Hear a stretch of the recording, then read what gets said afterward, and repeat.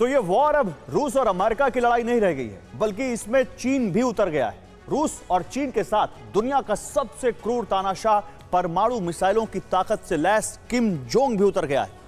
American और British खुफिया एजेंसियों को सबूत मिले हैं कि चीन और नॉर्थ कोरिया जंग में सीधे भागीदार हैं।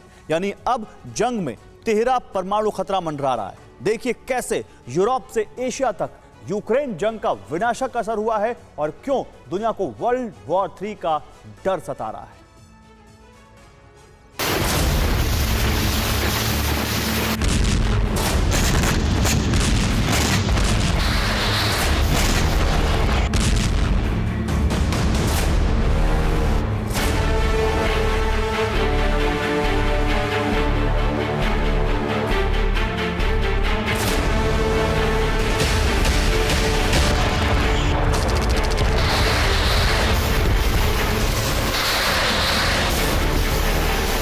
यूक्रेन को 31 से ज्यादा देशों की मदद मिल रही है।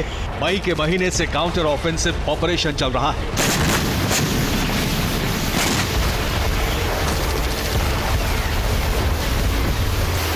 यूक्रेन ने रूस के मोर्चों पर कई बार बड़े वार करने की कोशिश की, कामयाब भी हुआ, लेकिन अब तक काउंटर ऑफेंसिव से जो हासिल हुआ वो एक बहुत ही विनाशक संकेत है।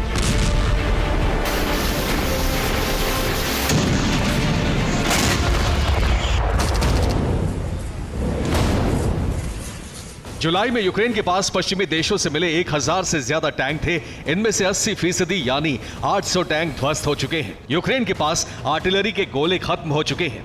यूक्रेन एयर डिफेंस सिस्टम की मिसाइलें खत्म हो चुकी हैं।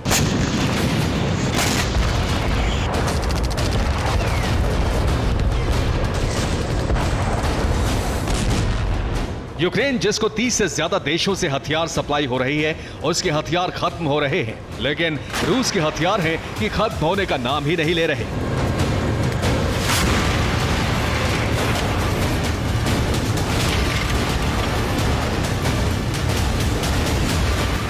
सवाल यह है कि रूस के पास हथियारों का कितना बड़ा जखीरा है। क्या 1 साल से जंग लड़ रहे रूस के पास गोला बारूद, मिसाइलों की कमी नहीं हो रही है, या फिर रूस को कहीं से सीक्रेट मदद मिल रही है?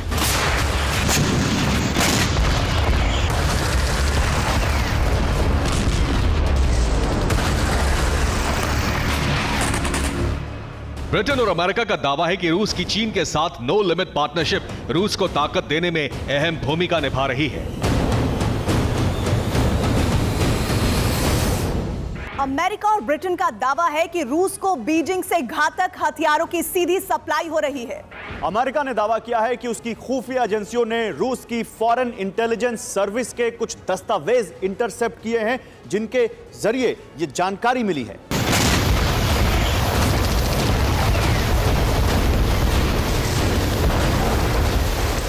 इंटरसेप्ट की गई फाइल के कवर पर रशियन फेडरेशन का लोगो है। उसके नीचे लिखा है टॉप सीक्रेट और इसका शीर्षक है द वॉच रिपोर्ट। अंदर के पन्नों पर 23 फरवरी 2023 की तारीख के साथ लिखा है कि रूस को घातक हथियारों की आपूर्ति पर बीजिंग की मोहर लग चुकी है। रूसी फॉरेन इंटेलिजेंस सर्विस की सिग्नल इंटेलिजेंस विंग रिपोर्ट का सार यह है कि चीन के केंद्रीय सैन्य आयोग ने रूस को हथियार आपूर्ति बढ़ाए जाने की अनुमति दे दी है, लेकिन इसको गोपनीय रखा जाएगा।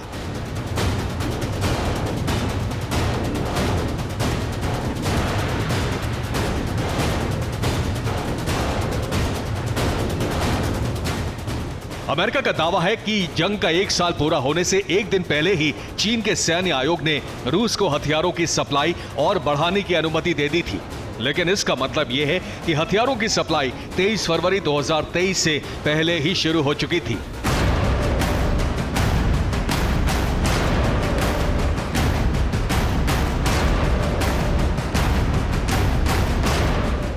यानी जब 20 मार्च को राष्ट्रपति शी जिनपिंग मॉस्को पहुंचे थे, उससे पहले ही रूस को चीन से गोला बारूद की सप्लाई हो रही थी।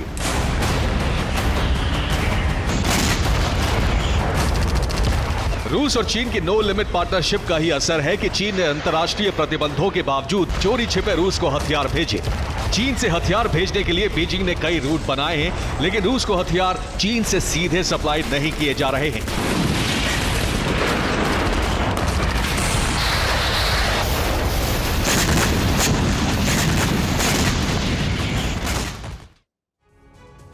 तो चीन से रूस को हथियार सप्लाई का पहला रूट है। चीन से अफगानिस्तान तक हथियार पहुंचाए जाते हैं। उसके बाद अफगानिस्तान से ईरान को हथियारों का जखीरा सौंप दिया जाता है। ईरान पहुंचने के बाद अमीराबाद पोर्ट से हथियारों को ट्रांसपोर्ट जहाजों पर लादा जाता है और इसके बाद कैस्पियन सागर से होते हुए ये रूस पहुंचते हैं।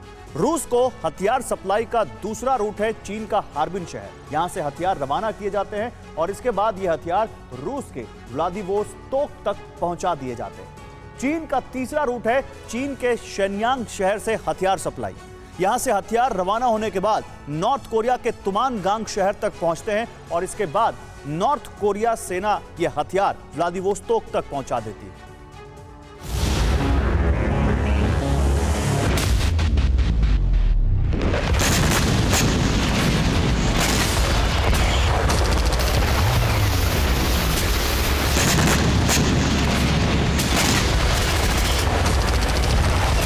चीन अब तक यही दावा करता आया है कि चीन की प्राइवेट कंपनियां सैनिकों के काम आने वाले जूते, विंटर सूट, हेलमेट और दस्ताने जैसी चीजें ही रूस को सप्लाई कर रही हैं।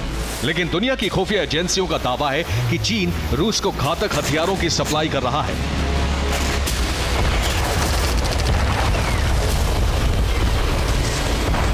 ब्रिटेन की खुफिया एजेंसी MI6 के प्रमुख सर रिचर्ड मूर ने इस बारे में बयान भी दिया है।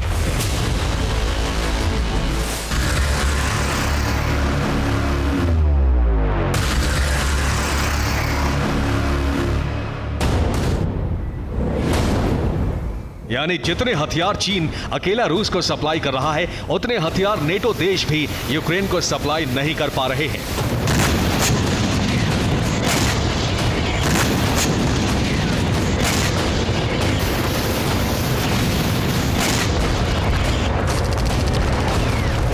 चीन से हथियार सप्लाई की खुफिया खबर मिलते ही अमेरिका ने चीन के खिलाफ घेरेबंदी तेज कर दी है। अमेरिका ने चीन के नजदीक वाले गुआम सैन्य बेस से जिनपिंग को चेतावनी दी है। अमेरिका ने गुआम बेस पर अपने फाइटर जेट्स और बॉम्बर्स एक्टिवेट कर दिए हैं।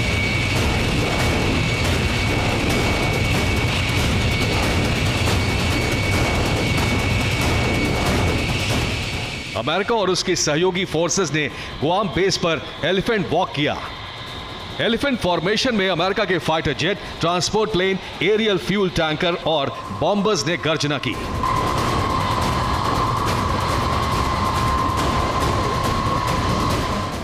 उन्नीस जुलाई को अमेरिका ने गुआम बेस पर सैन्य गतिविधियां तेज की तो इसी दिन रूस और चीन ने सी ऑफ जापान में युद्ध अभ्यास शुरू कर दिया। अमेरिका की परमाणु पनडुब्बी साउथ कोरिया पहुंच चुकी है और युद्ध का नया त्रिकोण बन गया है। अमेरिका की बढ़ती सैन्य गतिविधि देखकर पुतिन और जिनपिंग के इशारे पर किम की राजधानी से एटमी खतरे का बयान जारी हो चुका है।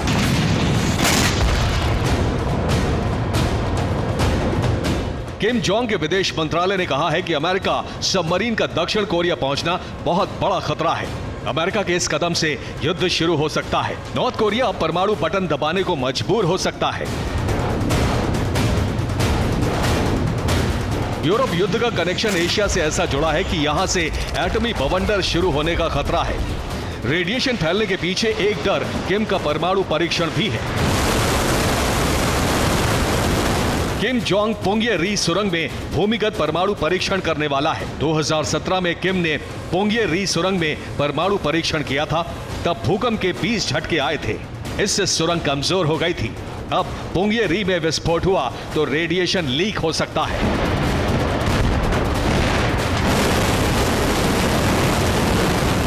यानी यूरोप से लेकर एशिया तक परमाणु खतरा मंडरा रहा है। अगर कहीं से भी रेडिएशन शुरू हुआ तो अंजाम कितना भयावह होगा, इसकी कल्पना नहीं की जा सकती। Bureau report, TV9 Bharatvarsh.